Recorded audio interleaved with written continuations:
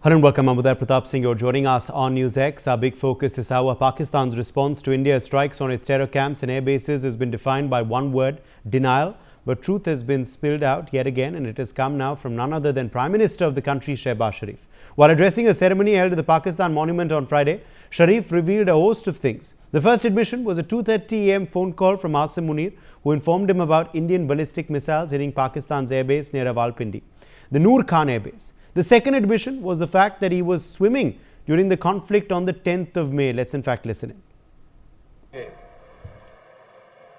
9 और 10 की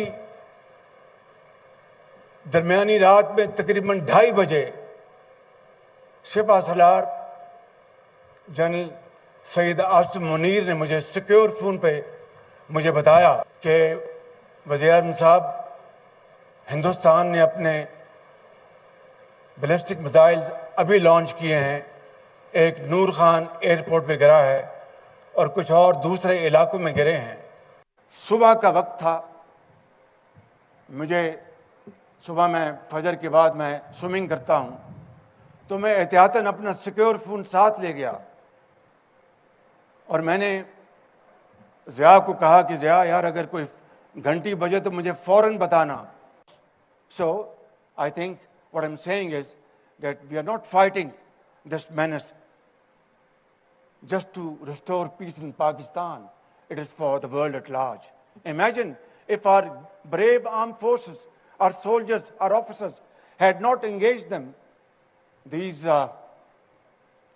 terrorists would be roaming around in the streets of various parts of the world. So I think the world has to acknowledge Pakistan's sacrifices. The world has to acknowledge what suffering we have passed through. Joining us now on the broadcast is Wing Commander S. Sudhakaran, CEO of Q-Gates Technology. Sumit Peer, political commentator, is also with us on the broadcast. Major General Dhruv Katoch, Director, India Foundation, joins us live. Ambassador Manju Seth, former diplomat, is also with us now. Wing Commander Sudhakaran, let me make a start with you first. Finally, an admission by Shehbaz Sharif. The truth has its own way of coming out, admitting that there were missiles which fell on their air bases, including, of course, one which Pakistan has been denying all along. Of course, the one near Rawalpindi, the Noor Khan Airbase, the one very close to the army headquarters. See, Uday, this means nothing to us. We sent missiles there. We delivered the package there. Their TV broadcasted the pictures which was live on our TV. We had seen it on satellite imagery, and we know Shehbaz Sharif, Asim Munir, they are pathological liars, right? They don't have anything better to do in their life. And see, I sympathize with them because being the head of state and being the general of a country which, general of an army which has a country, what would they have done? Can they tell that, I've been battered black and blue, and then, what do they tell? They tell their people that, see, I'm here to protect you. And see, you are getting beaten up, spanked, left, right, and center. And India, like Rajinikanth, is telling and delivering missiles, and it is getting to all wrong sides. So they don't have a narrative to tell to their people. They thrive on lies, on misinformation and propaganda. That is number one. Number two, mind you, Operation Sindoor is not over. There is a pause because Modi was responsible enough. There was a nuclear bogey of a radiation leak that they raised. And I am pretty sure that they would have cried more than what was demanded because they knew that they can hide under this shield and take a temporary reprieve.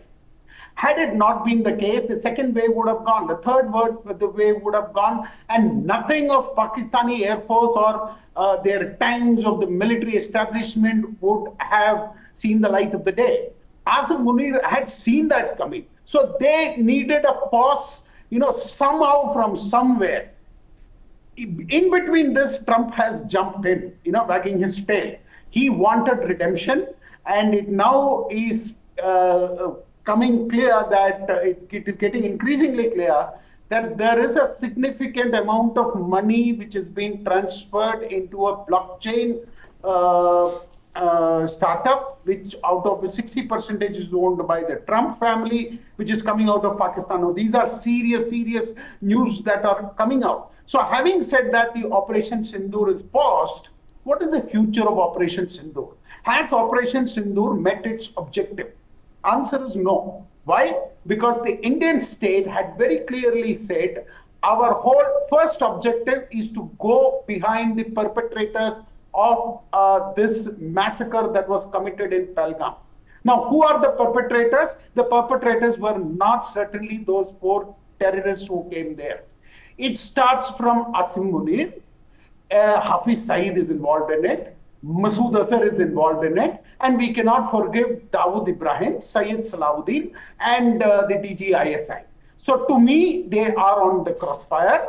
Like Israel and America took out Ismail Haniya and that group, Indian intelligence forces, the army, and our state, non-state actors, assets, everything should be put behind to neutralize these devils.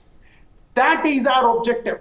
Till that time, that objective is not met, Operation Sindoor will not be deemed to have been complete. Number one. Number two, Indian state has very clearly told Pakistan, you will have to dismantle the terror infrastructure. Yes, we did take out 9, but see the audacity of the Pakistanis and the shamelessness.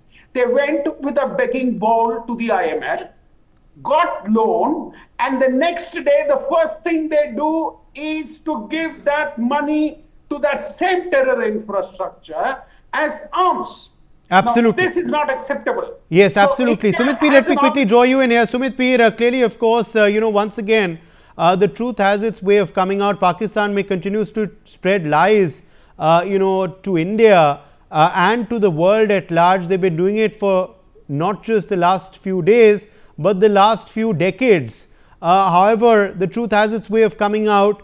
Shahbaz Sharif, call it a slip of tongue or call it finally some better sense, has revealed what exactly transpired within Pakistan. Still not all of it, but at least some of it has come out from the Prime Minister himself. Uday, thank you for having me on your show. There are a couple of angles to it. First of all, you are absolutely right. Yes, truth has a billion ways of coming out, not a million. Second thing is, look, what was Noor Khan Airbase? Noor Khan Airbase was part of Rawalpindi garrison, which was conceived to be invincible, heart of the military establishment. And when you stuck there, it means a lot of things. What are they done for Noor Khan? That put AWACS in the air, that put special surface to air missile batteries there, and complete fortification of that whole area was done because it was a matter of pride. What happens? Now, Shabash is he called me at 2:30 am. Was Munir sleeping at 2:30 am? Did he go to Google Map to find kitna bada khadda hua? How much is the damage done? Where were Pakistani AWACS? Where were their HQ9s or whatever they had? Nothing of their system, nothing. And did they scramble jets? What did they do when BrahMos possibly, I don't know what possibly BrahMos went in, their anti-jamming, their missile, their sirens, their jets, their jammers, nothing worked and it whacked through it. There was a big, there was a kind of a ditch in the airfield where you could do machli pal and it was as big as this. So what did they do? He calls the Prime Minister and says, look, we are screwed. We have been hit. So rather than going and doing, he calls the Prime Minister, sir, we have been screwed. The Prime Minister would have logically asked the question, Janab, aapne kya kiya? Bole, hame to pata hi nahi laga. I was also sleeping at my home. I only woke up by the bang of the noise. Now, from tactical nuke heads, you're going to what? Tactical tweets. That's what ISPR is doing. From, radars, from Air Force to Air Force, that is what Pakistan has been. So when you see such a debacle and Imran Khan's party publicly opposing them, so what have they done? Now Shahbaz Sharif is playing tactical. He knows Munir has become a liability. He knows Munir is trying to fight a war which he cannot win. He knows in the end of this war, Pakistan will be decimated. So what is he doing? He's playing the politician, the smart politician. Munir called me and said, Sahab, Air Force base to gaya. Now in a way, he is admitting his Air Force is useless. Munir is pointless. Munir is a courier. He's trying to get the assessment from a US, from a Google map. And he's saying, I was awake and I was with my phone. So Prime Minister is with his phone. That is what he could do. But the military is sleeping and napping. What about ISI? What about the military intelligence? What about a new NSA of Pakistan? They were all sleep, napping, and all their technology field, their Chinese gizmos or the American whatever they had, they all failed. Nothing worked. And the assurances which were given to the Awam of Pakistan and the Prime Minister of Pakistan, Saab, hum to khade hain, hamare hote hue kuch nahi hoga, they all got shattered. When the truth is out in the open and still our Navy is choking Karachi and Gwadar, the poor chap has to come and admit. Even if you look at today, they are admitting that the traffic from Karachi's port is down by 21%. They are admitting it officially. Assume it will be 70-80%. Now, Indian Navy can strike at our will whenever we want. So still Operation Sindoor is on. So what does Shahbaz Sharif now get by protecting an incompetent general who's a mullah basically? So what does he do? He is a smart politician. He comes and acknowledges whatever happened. So what does it do? It puts pressure back on the Pakistani military, the Mullah Munir and all his cronies. What the hell are you good at? I'm a politician, I can do what I can do, but you are the military. You are running Fauji Tanzim, you are running Bahariya Asgari, you are doing $100 billion of business and making $20 billion of profit. And at the end of the day, the uniform which you are daunting or wearing, I would say daunting, you are good for nothing. You could not do anything. There was no response from Pakistan, and we stuck in the heart of Pakistan. We stuck the pride of Pakistan. We broke that invisibility of Rawalpindi into Simendrins. And now the Prime Minister, even after 8 or 10 days or 15 days, remembers there's nothing these guys can do. They're as incompetent as they were always. So he comes and spills the beans. So the world knows, yes, Noor Khan was it. Yeah, Indian missiles came. Yeah, Munir came to know about it later. And when Munir came to know, he called me, and as he was doing the job of a courier. But do generals do the job of a courier? General Munir should have told him, sir, this is what I have done to India. This is how we have intercepted their missiles. This is what we have done. So even if you look at news, people like me and you would have got a news half an hour later. So is Asim Munir... Yes, and Major General Khatoj, the significance of Noor Khan being hit is also huge. It was huge because we knew all along that it had happened. But now that finally Pakistan has admitted it, how significant is this? This is one airbase being hit that they didn't want to admit because of its proximity to Rawalpindi, because of its proximity to the Pakistani army headquarters. Is it now time for the world media as well, which has also been living in denial mode? We all can expect the Pakistani leadership to live in denial mode, Major General Khatoj, but is it time for the world media also to call a spade, to report on actually what happened, who won this war, how much decimation happened within Pakistan? Is it time for that realization as well? What do you make of this admission? Thank you, Uday.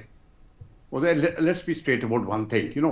The messaging, I think, this bombing which we carried out, I think the messaging is the important thing, It was not simply, the pinpoint accuracy that denoted very high intelligence. It was speaking the capability that we can hit any part of Pakistan, any part. That was the whole point. And not just hit it with pinpoint accuracy. So we know where you are and we can hit. I think that is really unnerved them. And once they got unnerved, they begged for peace, you can say. So they go to the Americans, they beg. The Americans tell them, we'll speak to the Indians, and the Indians tell them, why are you speaking to us? If the Pakistanis wanted, let them call us. And the Pakistanis were forced, their DGMO was forced to come and sue for peace. Now, as far as the perception management is concerned, which I think is your larger question, I'll have to admit, the Pakistanis have done a damn good job over the last 30 years in shaping this information environment. That is one thing they are pretty good at. Their ISI has been on board, and they have shaped opinions. Now, opinion is not merely shaped by speech or something. They have got their agents deep inside Western media, and they have bought them out. Simple question of, okay, a few $100,000 here, $500,000 there, and they have set, they've got their systems oiled. So those people are those fellows, when you look at the Washington Post and the New York Times, why should they speak the Indian language? Why should they speak the truth? Well, you can certainly speak the Pakistani language. It doesn't hurt them at all. And that is where I think now we need to get our messaging right. So now that our diplomats, the members of parliament, along with the others, are going to various parts of the world with photographic proof to say this is what happened, I hope they change their tune.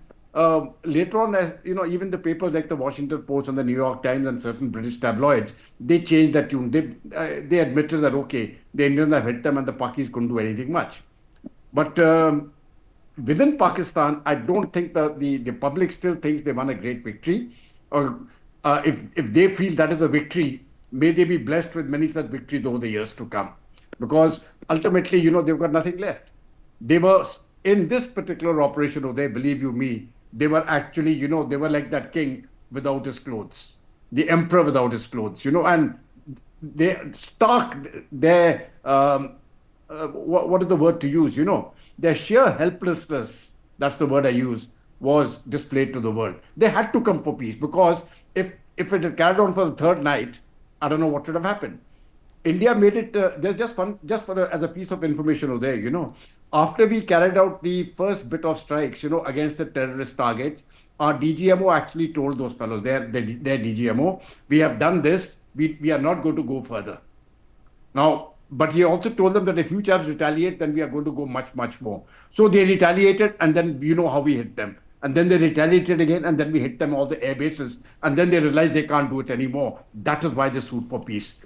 And if they had not taken part in the first retaliation, we wouldn't have hit them on the first night itself. On the second night itself, we wouldn't have done that.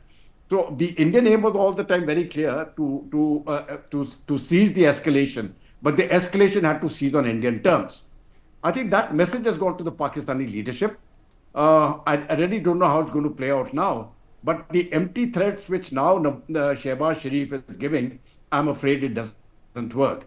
There's just one more point, which Wing Commander Sudhakaran gave, and he spoke about those terrorists whom we, the Hafiz Saeed and all those chappies there.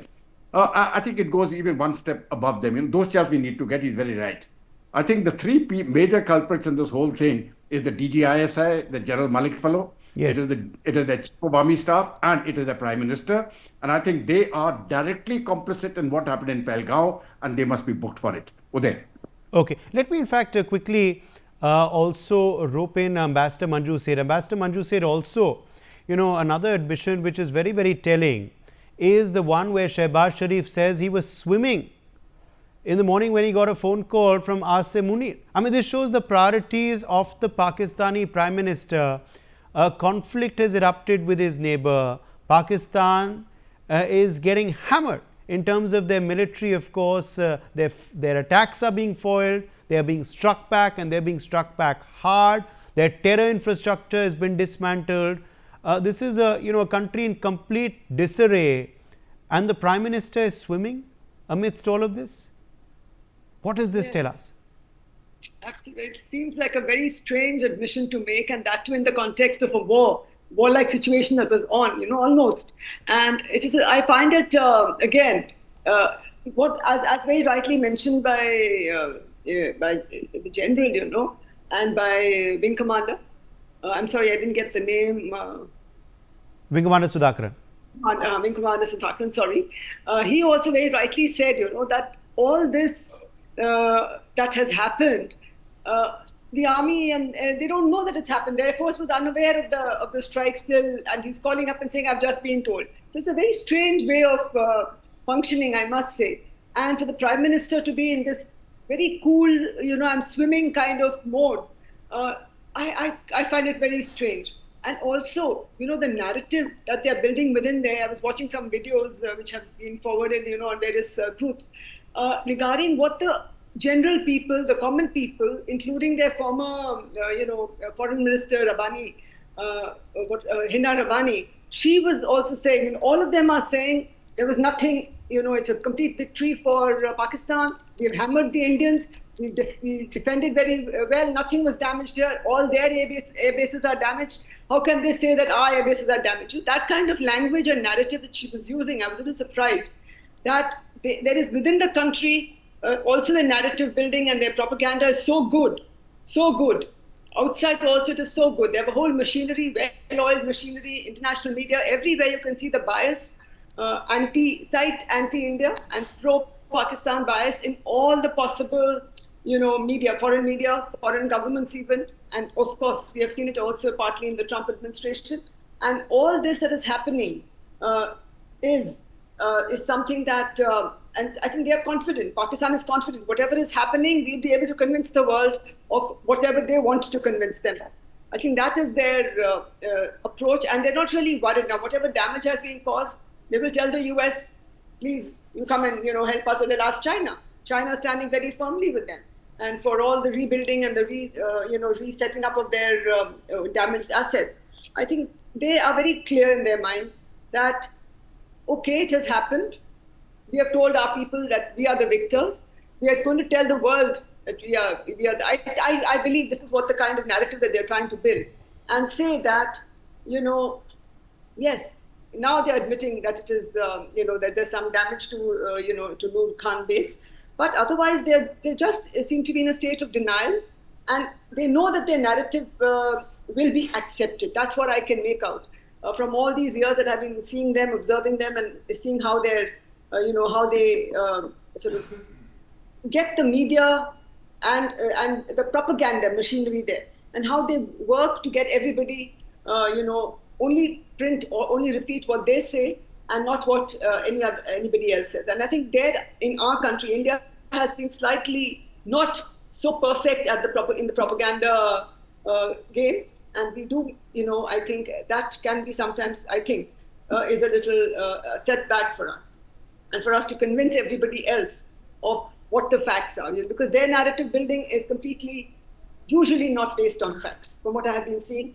And they just, they make any fabrication, and they make it look so, correct, that everybody seems to be believing that. And then also, of course, they work on buying out, media outlets, or funding them, or having them on their side. Will the world finally take note, though, of these admissions, Wing Commander Sudhakaran? Will they further report these admissions by Pakistan? And is Pakistan continuously exposing themselves to all these utterances that are coming in? Pakistani Prime Minister, interestingly, has tried to copy Prime Minister Modi through these speeches, through trying to go to the airbase there as well. But as they say, nakal ke liye bhi akal chahiye hoti hai. See, I again will defend